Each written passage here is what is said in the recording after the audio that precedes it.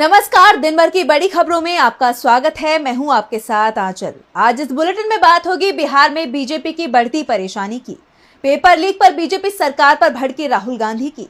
देखेंगे कैसे योगी के मंत्री ने बीजेपी के सामने खड़ी कर दी चुनौती। सुप्रीम कोर्ट ने क्यों ईडी को लगाई फटकार। जानेंगे भोजशाला विवाद पर सुप्रीम कोर्ट के फैसले को। और बुलेटिन के आखिर में देखेंगे जाने माने कार्टूनिस्ट इरफान की किस खबर पर पड़ी तिरछी नजर। लेकिन दिन भर की तमाम बड़ी खबरों से पहले एक नजर आज की सुर्खियों पर। यूपी कांग्रेस का बड़ा ऐलान, 18 जनवरी से पार्टी निकालेगी किसान मजदूर सम्मान और न्याय यात्रा। प्रदेश अध्यक्ष अजय राय की अध्यक्षता में लिया गया फैसला। कांग्रेस ने जीएसटी पर फिर मोदी सरकार को घेरा, कहा पॉपकॉर्न पर टैक्स की जगह अर्थव्यवस्था पर ध्यान दे सरकार। सिडनी टेस्ट के पहले दिन भारत 185 पर ऑल आउट, स्टैम्प्स तक ऑस्ट्रेलिया ने 1 विकेट पर बनाए 9 रन। शेयर बाजार में गिरावट, 720 अंकों की गिरावट के साथ 79,223 पर बंद हुआ सेंसेक्स, तो 183 अंकों की गिरावट के साथ 24,004 पर बंद हुआ निफ्टी। ये तो थी सुर्खियां। अब बात आज की सबसे बड़ी खबर की। नीतीश कुमार पलटी मारेंगे, इस पर बिहार में चर्चाएं तेज हो गई हैं। तो दूसरी तरफ छात्रों का आंदोलन भी तेज हो चुका है, जिसके चलते बिहार की सियासत काफी गरमाई हुई है। इन सब के बीच बीजेपी की मुश्किल जरूर बढ़ती हुई दिखाई दे रही है, क्योंकि विपक्ष के निशाने पर अब बीजेपी आ गई है। बिहार में मची इसी हलचल पर देखिए हमारी एक खास रिपोर्ट। बिहार की सियासत में इस समय सबसे ज्यादा चर्चा नीतीश कुमार की है। कहा जा रहा है कि 14 जनवरी के बाद वो कभी भी पलटी मार सकते हैं। इस तरह की खबरों को जोर उनकी चुप्पी से भी मिल रहा है। बात बात पर सफाई देने वाले नीतीश अब मौन नहीं तोड़ रहे हैं। इन सब के बीच राजभवन से आई एक तस्वीर ने भी सभी का ध्यान खींच लिया है। ये तस्वीर है बिहार के नए राज्यपाल आरिफ मोहम्मद खान के शपथ ग्रहण कार्यक्रम की, जिसमें नीतीश कुमार और तेजस्वी यादव का आमना सामना हुआ। तस्वीर में देखा जा सकता है कि तेजस्वी ने मुस्कुराते हुए नीतीश के सामने हाथ जोड़े, तो उन्होंने भी मुस्कुराते हुए उनके कंधे पर हाथ रख दिया। तेजस्वी को मिले नीतीश के आशीर्वाद को जानकार बड़े सियासी खेल का संकेत मान रहे हैं। इस तस्वीर ने बीजेपी खेमे में खलबली मचा दी है। जानकारों का कहना है कि इंडिया गठबंधन ने पूरी तैयारी कर ली है। ऐसा इसलिए भी कहा जा रहा है क्योंकि राहुल गांधी ने भी अपने पटना दौरे की तारीख में बदलाव कर दिया है। अब वो 18 जनवरी को पटना आ रहे हैं, जबकि पहले वो फरवरी में आने वाले थे। इसके बाद से कहा जा रहा है कि बिहार में कुछ बड़ा होने वाला है। लेकिन बिहार में इसके साथ ही बीपीएससी का मुद्दा भी जोरों से गरमाया हुआ है। छात्रों का गुस्सा बढ़ता जा रहा है क्योंकि सरकार उनकी मांग नहीं सुन रही है, और इसी को लेकर छात्रों ने सीएम आवास के घेराव की रणनीति भी बनाई थी। हालांकि पुलिस ने उन्हें रोक लिया। अब 6 जनवरी को आगे की रणनीति बनेगी। वहीं महागठबंधन छात्र संगठन ने मांग पूरी नहीं होने पर 6 जनवरी को पूरे राज्य में विरोध प्रदर्शन का ऐलान किया है। राजद नेता और विपक्ष के लीडर तेजस्वी यादव ने भी छात्रों को समर्थन दिया था। यानी ये कहा जा सकता है कि इस समय बिहार की सियासत गरमाई हुई है। बहुत सारे मुद्दे एक साथ उठ रहे हैं, लेकिन देखना होगा कि अब कौन सा मुद्दा सबसे पहले ठंडा होता है।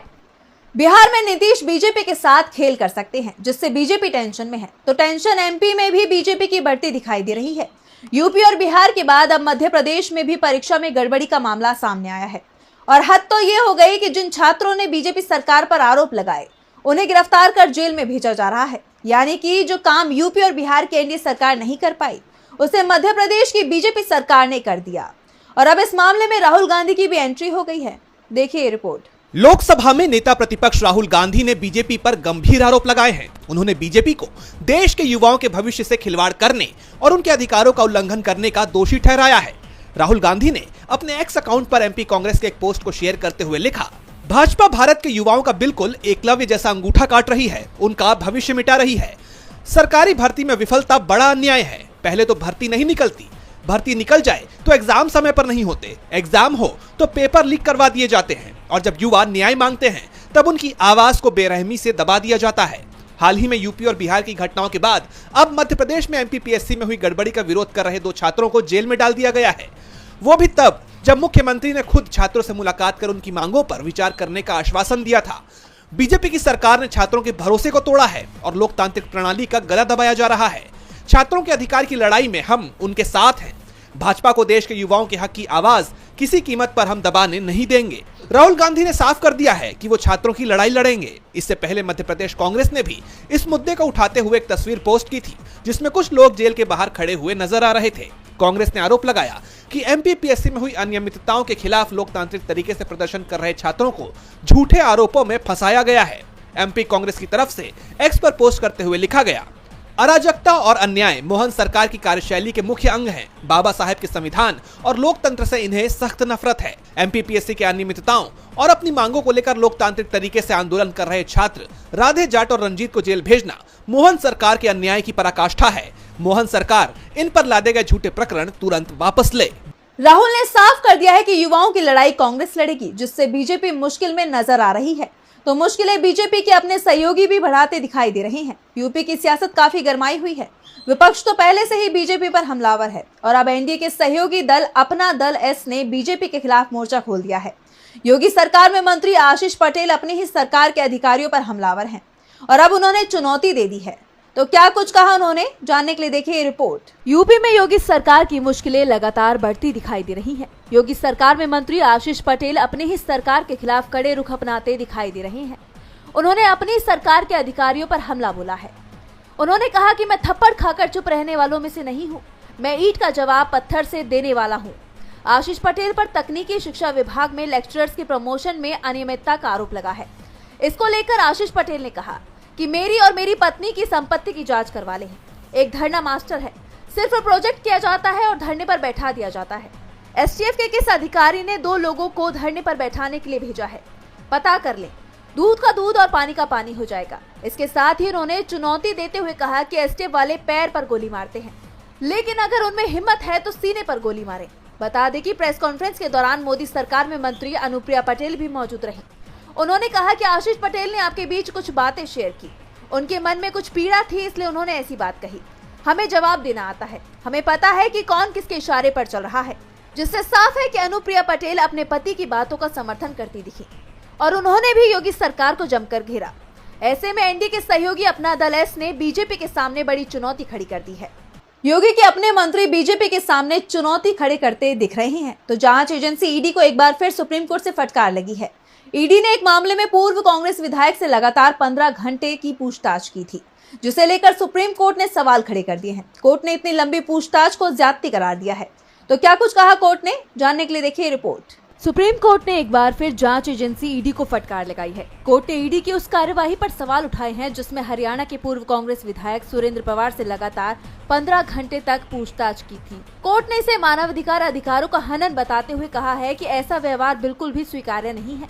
बता दें कि ईडी ने पवार को अवैध खनन से जुड़े मनी लॉन्ड्रिंग मामले में गिरफ्तार किया था, लेकिन पंजाब और हरियाणा हाईकोर्ट ने ईडी की इस गिरफ्तारी को रद्द कर दिया था, जिसके बाद ईडी हाईकोर्ट के फैसले के खिलाफ सुप्रीम कोर्ट गई थी। सुप्रीम कोर्ट ने ईडी की अपील खारिज करते हुए हाईकोर्ट के फैसले को बरकरार रखा था। सुप्रीम कोर्ट में इस सुनवाई के दौरान जस्टिस अभय एस ओका और ऑक्सटाइन जॉर्ज मसी की बेंच ने ईडी की कार्यप्रणाली पर गहरी चिंता जाहिर की। उन्होंने कहा कि एजेंसी किसी व्यक्ति को बयान देने के लिए मजबूर कर रही थी, ये एक चौंकाने वाली बात है। वहीं ईडी के वकील ने अपनी दलील में कहा कि हाईकोर्ट ने अपने आदेश में गलत जानकारी दर्ज की है, लेकिन सुप्रीम कोर्ट ने ईडी के इस तर्क को खारिज कर दिया। बेंच ने पूछा कि एजेंसी बिना ब्रेक के इतने लंबे वक्त तक पूछताछ करके किसी व्यक्ति को कैसे परेशान कर सकती है। बता दें कि ईडी ने पूर्व कांग्रेस विधायक सुरेंद्र पवार से 20 जुलाई 2024 को 24 घंटे 40 मिनट तक पूछताछ की थी। ईडी की जांच प्रक्रिया पर सवाल उठ रहे हैं तो देश में इस समय मंदिर और मस्जिद के विवाद चर्चाओं में है। सुप्रीम कोर्ट में सीजेआई संजीव खन्ना की पीठ इस मामले में सुनवाई कर रही है। Court places of worship act 1991 पर सुनवाई कर रहा है। हिंदू और मुस्लिम दोनों ही पक्षों की तरफ से इसे लेकर याचिका दायर की गई है और अब धार की भोजशाला का विवाद भी सुप्रीम कोर्ट पहुंच चुका है, जिस पर आज कोर्ट ने बड़ा फैसला सुनाया है। तो क्या है पूरा फैसला, जानने के लिए देखिए रिपोर्ट। मध्य प्रदेश के धार जिले के भोजशाला मंदिर और कमल मौला मस्जिद के बीच चल रहे विवाद की सुनवाई अब सीजेआई संजीव खन्ना की पीठ में होगी। भोजशाला को लेकर हिंदू और मुस्लिम समुदाय के बीच लंबे समय से धार्मिक अधिकारों को लेकर विवाद चल रहा है। पिछले साल अप्रैल में सुप्रीम कोर्ट ने भारतीय पुरातत्व सर्वेक्षण यानी एएसआई को साइट का सर्वेक्षण करने की अनुमति दी थी। कोर्ट ने निर्देश दिया था कि बिना उसकी अनुमति के सर्वेक्षण रिपोर्ट के आधार पर कोई कार्रवाई नहीं की जाए। इसके साथ एएसआई को परिसर में ऐसी कोई भी खुदाई नहीं करने का भी निर्देश दिया जिससे संरचना के चरित्र में बदलाव हो सकता है। लेकिन अब जब इस मामले की सुनवाई हुई तो जस्टिस ऋषिकेश रॉय और एसबीएन भट्टी की पीठ ने कहा कि इस मामले को पूजा स्थल अधिनियम को चुनौती देने वाली याचिकाओं के साथ जोड़ा जाना चाहिए। पूजा स्थल विधेयक की वैधता को चुनौती देने वाली याचिकाओं पर इस समय सीजेआई संजीव खन्ना की अध्यक्षता वाली पीठ सुनवाई कर रही है, यानी अब धार विवाद की सुनवाई भी सीजेआई की ही पीठ करेगी। सुनवाई के दौरान हिंदू पक्ष की ओर से पेश हुए अधिवक्ता विष्णु शंकर जैन ने कहा कि ये विवाद पूजा स्थल अधिनियम से संबंधित नहीं है और उन्होंने न्यायालय से मामले की सुनवाई कर निर्णय देने का आग्रह किया, लेकिन पीठ ने इसे मंजूरी नहीं दी। इसके साथ ही कोर्ट ने एएसआई पर सख्त टिप्पणी करते हुए कहा कि याचिका के साथ दायर की गई तस्वीरों से पता चलता है कि उसके आदेश के बावजूद खुदाई की गई, इसलिए पहले अवमानना नोटिस का जवाब देना होगा। इसके बाद न्यायालय ने रजिस्ट्री को निर्देश दिया कि वो मुख्य न्यायाधीश से निर्देश प्राप्त करने के बाद मामले को अन्य याचिकाओं के साथ जोड़ दें। बता दें, भोजशाला का ये विवाद 11वीं शताब्दी का है। हिंदुओं का मानना है कि ये देवी बाग देवी का मंदिर है, जो देवी सरस्वती का अवतार है, जबकि मुस्लिम समुदाय इसे कमला मौला मस्जिद कहता है। 11 मार्च 2024 को मध्य प्रदेश हाईकोर्ट ने एएसआई को 6 सप्ताह में भोजशाला परिसर का वैज्ञानिक सर्वेक्षण करने का निर्देश दिया था। हाईकोर्ट के आदेश को सुप्रीम कोर्ट ने भी हरी झंडी दिखा दी है। सुप्रीम कोर्ट के फैसले को हिंदू पक्ष के लिए बड़ा झटका माना जा रहा है, तो दिल्ली चुनाव के नतीजे भी बीजेपी को झटका दे सकते हैं, क्योंकि आपके खिलाफ बीजेपी चुनाव से पहले ही बैकफुट पर दिख रही है। इस बीच खबर ये आ रही है कि दिल्ली विधानसभा चुनाव की तारीखों का ऐलान अगले हफ्ते हो सकता है। तो इसी कब करेगा तारीखों का ऐलान, जानने के लिए देखिए रिपोर्ट। दिल्ली में आगामी विधानसभा चुनाव को लेकर सियासी सुगबुगाहट तेज हो गई है। कांग्रेस, बीजेपी और आम आदमी पार्टी के बीच कड़ा मुकाबला देखने को मिल रहा है। हालांकि अभी तक तारीखों का ऐलान नहीं किया गया। जानकारी के मुताबिक चुनाव आयोग अगले हफ्ते की शुरुआत में तारीखों का ऐलान कर सकता है, यानी कि 7 या 8 जनवरी को तारीखों का ऐलान किया जा सकता है। ऐसे में कहा यह भी जा रहा है कि 8 से 10 फरवरी के बीच मतदान और 12 फरवरी तक नतीजे घोषित होने की संभावना है। दिल्ली में एक ही चरण में मतदान करवाए जा सकते हैं, वो इसलिए क्योंकि मुख्य चुनाव आयुक्त का कार्यकाल 18 फरवरी को समाप्त हो रहा है। इसलिए 23 फरवरी से पहले नई विधानसभा का गठन सुनिश्चित करना जरूरी है। इसके साथ ही दिल्ली में 6 जनवरी तक केंद्रीय चुनाव आयोग नई वोटर लिस्ट जारी करेगा। दिल्ली चुनाव से पहले मतदाता सूची को लेकर विवाद भी सामने आ रही है। आम आदमी पार्टी और बीजेपी एक दूसरे पर मतदाताओं के नाम कटवाने के आरोप लगा रही हैं।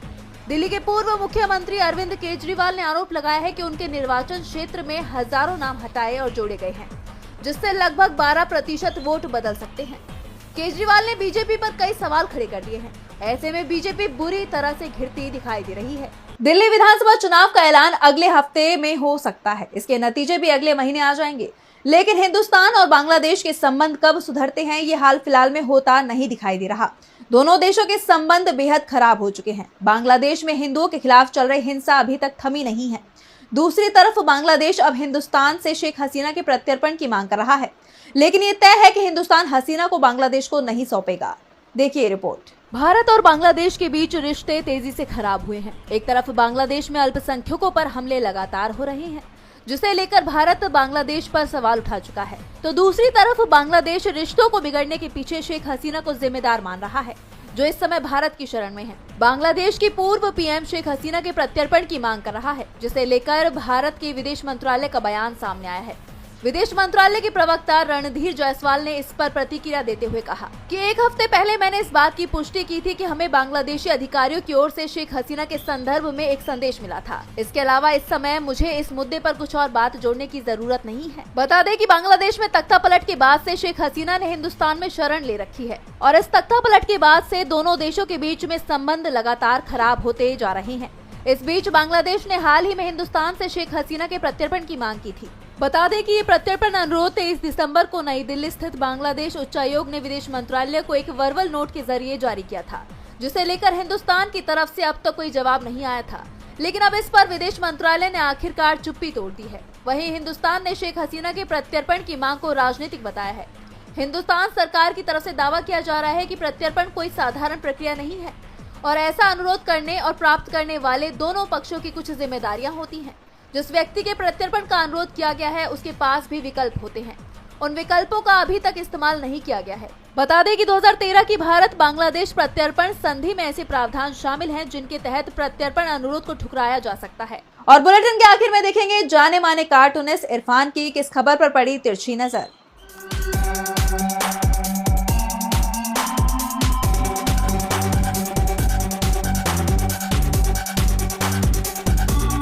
प्रधानमंत्री नरेंद्र मोदी ने आज अपने मन की एक बात कही। उन्होंने कहा कि वो चाहते तो अपने लिए एक बहुत बड़ा आलीशान सा महल बनवा सकते थे। वो महंगाई भी दूर कर सकते थे, वो भ्रष्टाचार भी दूर कर सकते थे, वो बेरोजगारी भी दूर कर सकते थे, और तो और वो मणिपुर भी जा सकते थे। शायद ये बातें भी उनके मन में हों, और ये मन की बातें हो सकता है कभी उनकी जुबान पर आए भी।